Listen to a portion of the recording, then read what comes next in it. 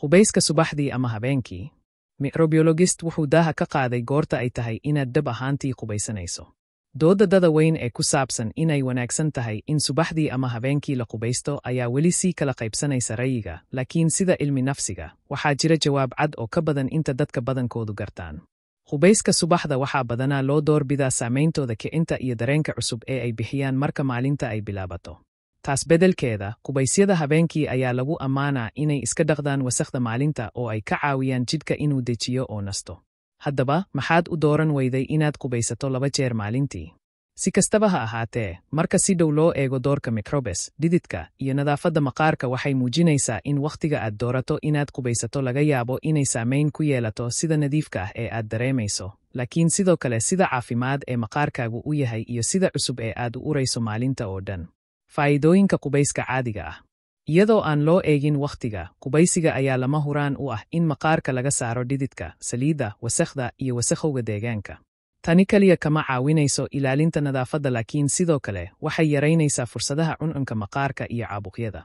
Qodob muhiim ah oo inta badan la iska indhatiray ayaa ah in urta jirka aysan si toos ah u keenin dhididka. Waa natiijada bakteeriyada, gaar ahaan Staphylococcus, oo dhididka u jajabisa xeryahooda qalafsan sida tidal ohols.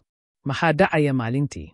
Inta aan maalintii dhex soconno, maqaarkeenna iyo timahayadu waxay ururiyaan boodhka, manka, wasakhowga iyo dhididka. Maaddooyinkani waxay ku dhegi karaan dharkayaga oo aakhirka waxay u gudbin karaan goyaasha sariirta, oo laga yaabo inay quudiyaan bakteeriyada iyo microbes kale. Qubayska habeenkii waxay ka caawin kartaa in meesha laga saaro ururintan maalinlaha ah, iyada oo ka ilaalinaysa inay wasakhayso gogosha waxayna yaraynaysaa culayska microbial ee aynu ku seexano. Kiiska qubayska habeenkii. Qubayska habeenkii waxay leeyihiin faa'iidooyin cad. Waxay iska tirtiraan qashinka maalintii, xasaasiyadaha, iyo dhididka taasoo keeni karta gogosha oo nadiif ah iyo hurdo raaxo leh. Si kastaba ha ahaatee, qubayska habeenkii kama hortagayaan dhididka habeenkii.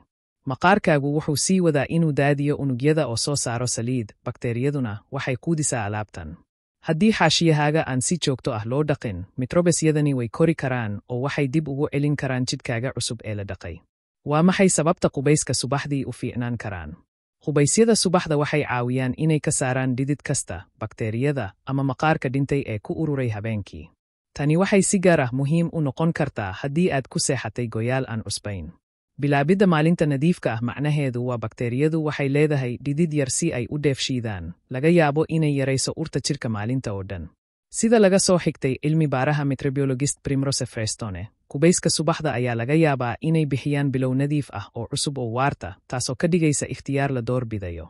Muhiimadda gogosha nadiifka ah. Dib ma leh markaad qubaysanayso, hal arrin ayaa weli muhiim ah, nadaafadda xaashida. Si joogta ah oo loo dhaqo dharka sariirta sida ugu fiican usbuuciiba waa lagama maarmaan si looga hortago dhididka, unugyada maqaarka iyo bakteeriyada.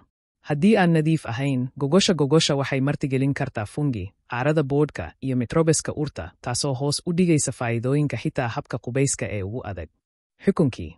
Ugu dambayntii, qubayska subaxda iyo habeenkii labaduba waxay leeyihiin faa'iidooyinkooda, laakiin saynisku wax yar ayuu u janjeeraa qubayska subaxda si ay u noqdaan kuwo cusub oo si wanaagsan loo xakameeyo bakteeriyada iyo urta jidhka. Taasi waxay tidhi, xitaa way fiican tahay inaad qubaysato 2 jeer maalintii, hal mar subaxdii si aad u bilowdo cusub, iyo hal mar habeenkii si aad u dhaqdo qashinka maalinta. Kaliya samee wax yar oo dheeri ah oo wakhti u yeel wanaagga shakhsi ahaaneed. Wax kasta oo aad doorbidayso, ku xidhka nidaamkaaga qubayska iyo goyaal joogto ah oo la nadiifiyo ayaa ah habka ugu waxtarka badan ee aad si dhab ah u nadiifin karto oo caafimaad qab u tahay.